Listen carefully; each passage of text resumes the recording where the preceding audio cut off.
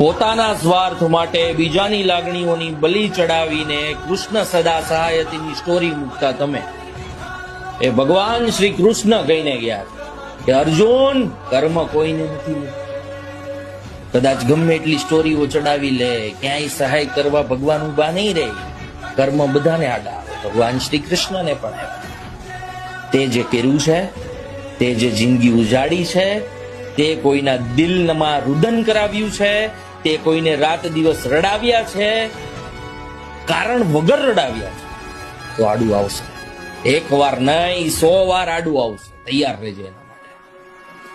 અને પ્રાયશ્ચિત થતું હોય તો હું કઉ છું 2 કાન પકડીને માફી માંગી લેજે તો મારાથી ભૂલ થઈ. હવે હું ક્યારેય કોઈની જિંદગી બરબાદ કરવાનું નહીં વિચારું અને સપનામાં પણ આવી વસ્તુ નહીં કરું.